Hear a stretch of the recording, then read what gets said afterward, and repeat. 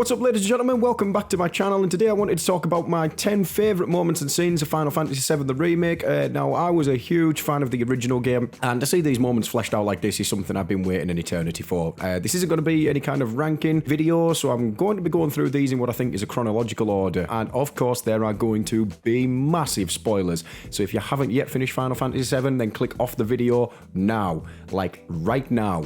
Go, run far away, and finish that game. Okay, number one is Tifa and Cloud on the water tower. This scene has been recreated perfectly, and I mean perfectly. The reason I say this is because in the previous title, I don't think simply seeing the words on screen was ever going to do it justice. It required something more, something that adds a bit more life to the entire moment, and for me, they absolutely nailed it here. The use of facial expression and the tone in which Tifa and Cloud speaking as well is one of the reasons that this makes my list. The entire interaction makes the audience kind of believe that there's more in their friendship, or if there could be even more between them. As Cloud informs Tifa he'll be leaving town, you can almost feel the sadness coming through from her response in knowing he won't be around. But as young as they are, they find it hard to express this to each other, and Tifa then makes Cloud promise that if she's ever in trouble, he will come back to save her. Just promise me one thing. When we're older, and you're a famous soldier, if I'm ever trapped or in trouble, promise you'll come and save me. Huh? That's what heroes do. They save people. Please? Just once. Come on, promise me. Fine. I promise.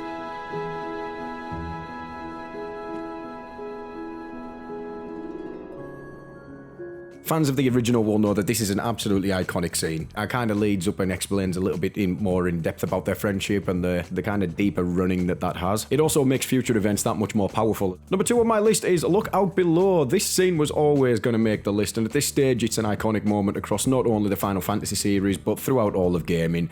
After destroying the airbuster, Cloud falls from the bridge and comes crashing down into the Sector 5 church through the roof, landing in a bed of flowers and falling unconscious, only to be awoken by Aerith for their second meeting. The entire scene was a perfect tribute to the original game. From the layout of the church matching perfectly, the remastered soundtrack, the entire sequence is absolutely gorgeous. There is also a little addition when Aerith mentions her materia to Cloud, triggering a vision of Aerith in the City of the Ancients as her materia falls and drops into the water. Mother. Not like mine, no. It's special. Mine's not good for anything at all.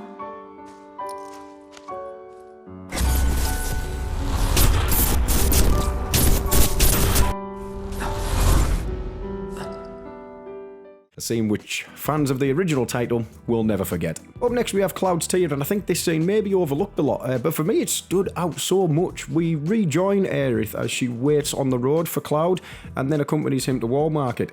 Cloud has another vision as he watches Aerith walking ahead of him, but we're not given exactly what he witnesses. But a quick shot is shown of a tear which falls from his eye and down his face.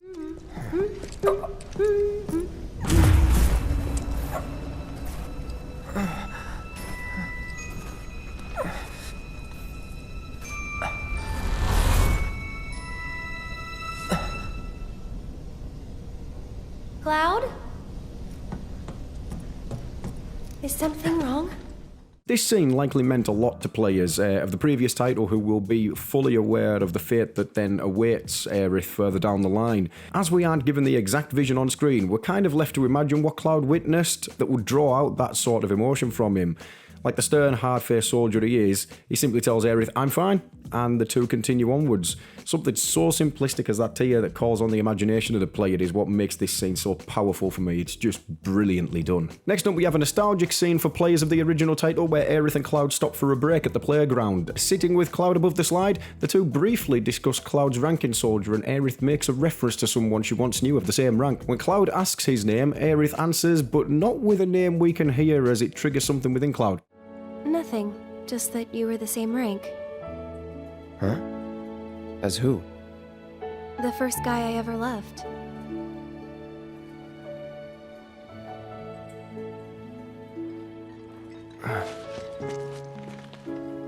What's his name? I probably know him.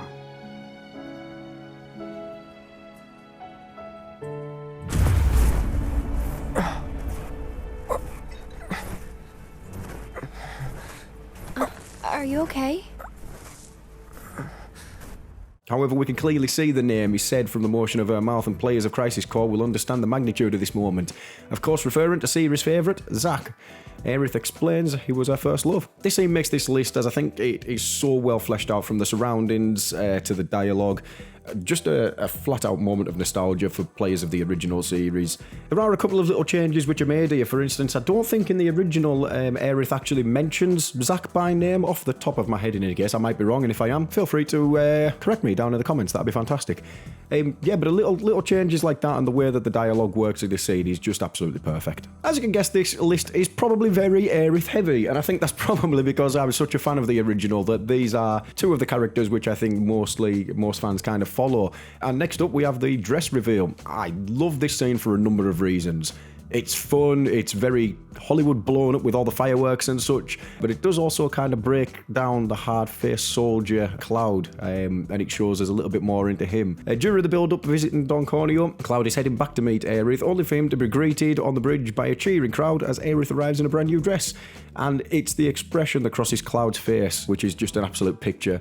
And Aerith, in her almost awkward ways, pretty much just greets Cloud with a Heya. That's really... Yeah. Corneo's got certain tastes. This dress is so gaudy and impossible to move in. Yeah. Cloud?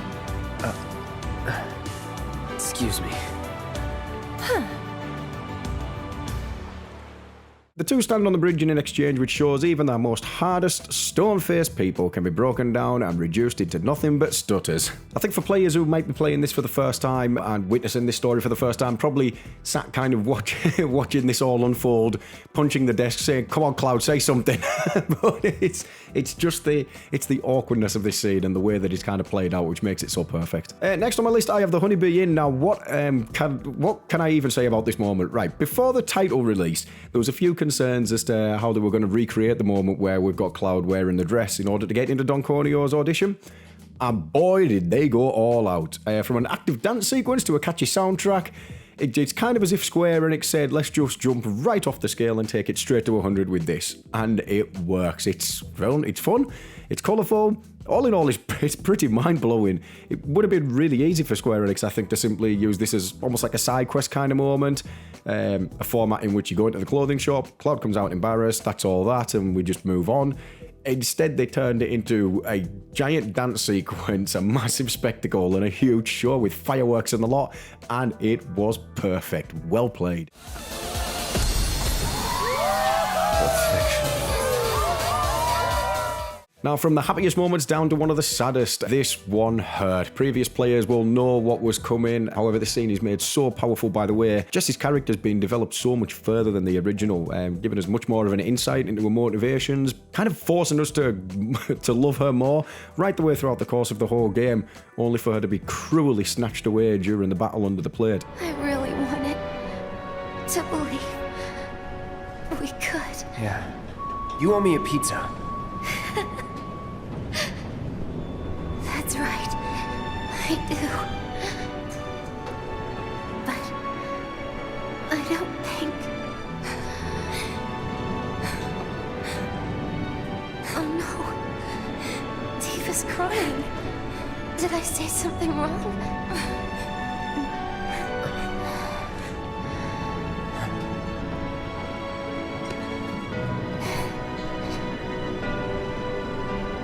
Don't you guys have somewhere to be?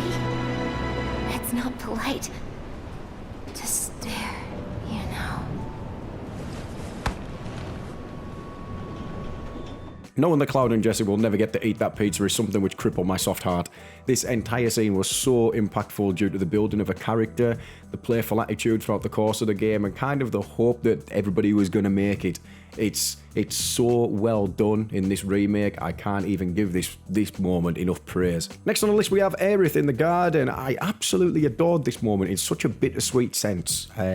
Let me explain. So Cloud meets Aerith in the garden during a dream, knowing she is locked away in the Shinra building. Now this scene stands out to me as we witness barriers kind of slowly coming down from Cloud as he begins to show his affection for Aerith, only for her to explain he cannot fall in love with her. Cloud asks if he has a choice in all of this. I'm glad I met you, Cloud. I really am. I'm grateful for all the words we've shared, for all the moments and the memories. You've made me more happy than you know. And I'll always cherish what you've given me. But whatever happens, you can't fall in love with me.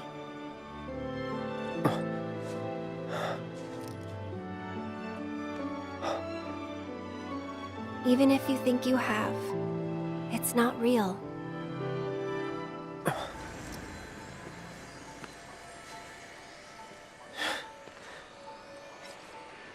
Do I get a say in all this? Now, another amazing moment is when Aerith explains to Cloud everyone dies eventually, but players will notice the stance that she adopts when she's saying this. Players of the original series will know that that is the exact same pose as that harrowing moment that left fans of the series shell-shocked later in the story, almost as if she kind of knows what's to come. And this is another moment which has probably created quite a lot of theories and controversy right across the whole community as well. Cloud also tells Aerith, "I'm coming for you," and the choice of words here stood out for me as well. He doesn't say "we are coming for you," he says "I am," as if kind of stating that he does have a choice after all, and he chooses Aerith, who then says, "If that's what you want, thank you." It's almost morning. Time to go. I'm coming for you.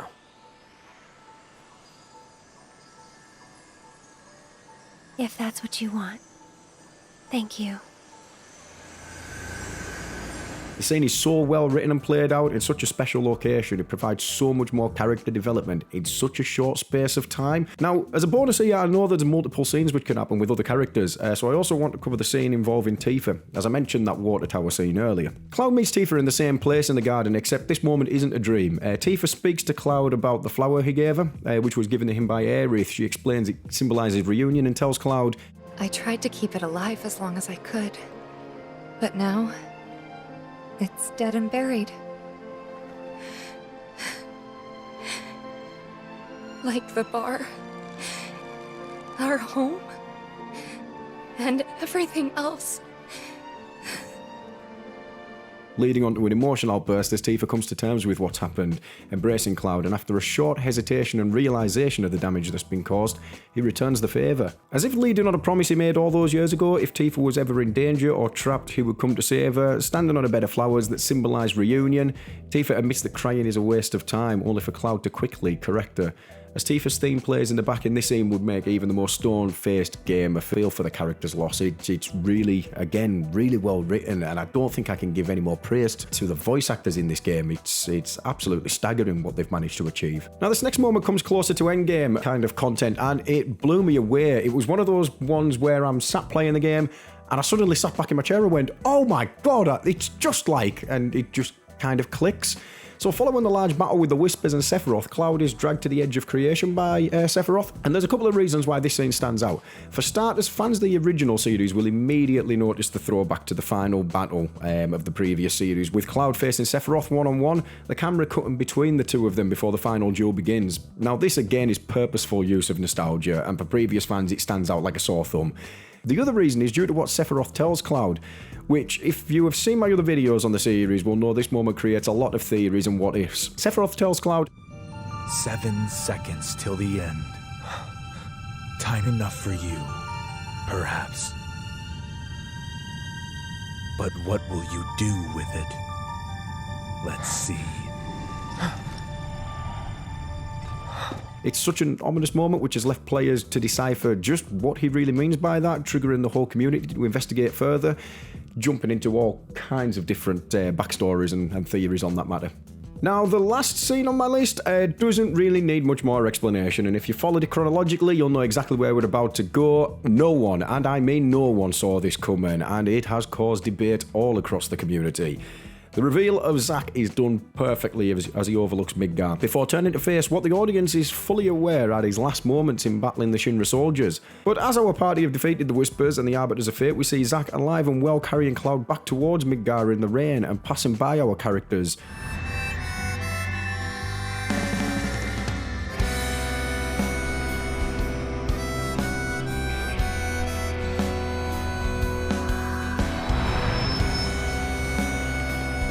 one of which seems to have an idea that something has changed. Aerith's pause as Zack and Cloud walk by could be a very talked about topic for a while, as the rain falls on the day which should have been Zack's last. One of the series' favourite characters appears to be back with us somehow, but I'm not about to debate that part. I'm kind of going to leave that up to you. The entire community has been up in joy, outrage, surprise, shock. It's been crazy, and I don't think anybody really saw this one coming, and that is exactly why this scene makes my list, because I think it's done so well.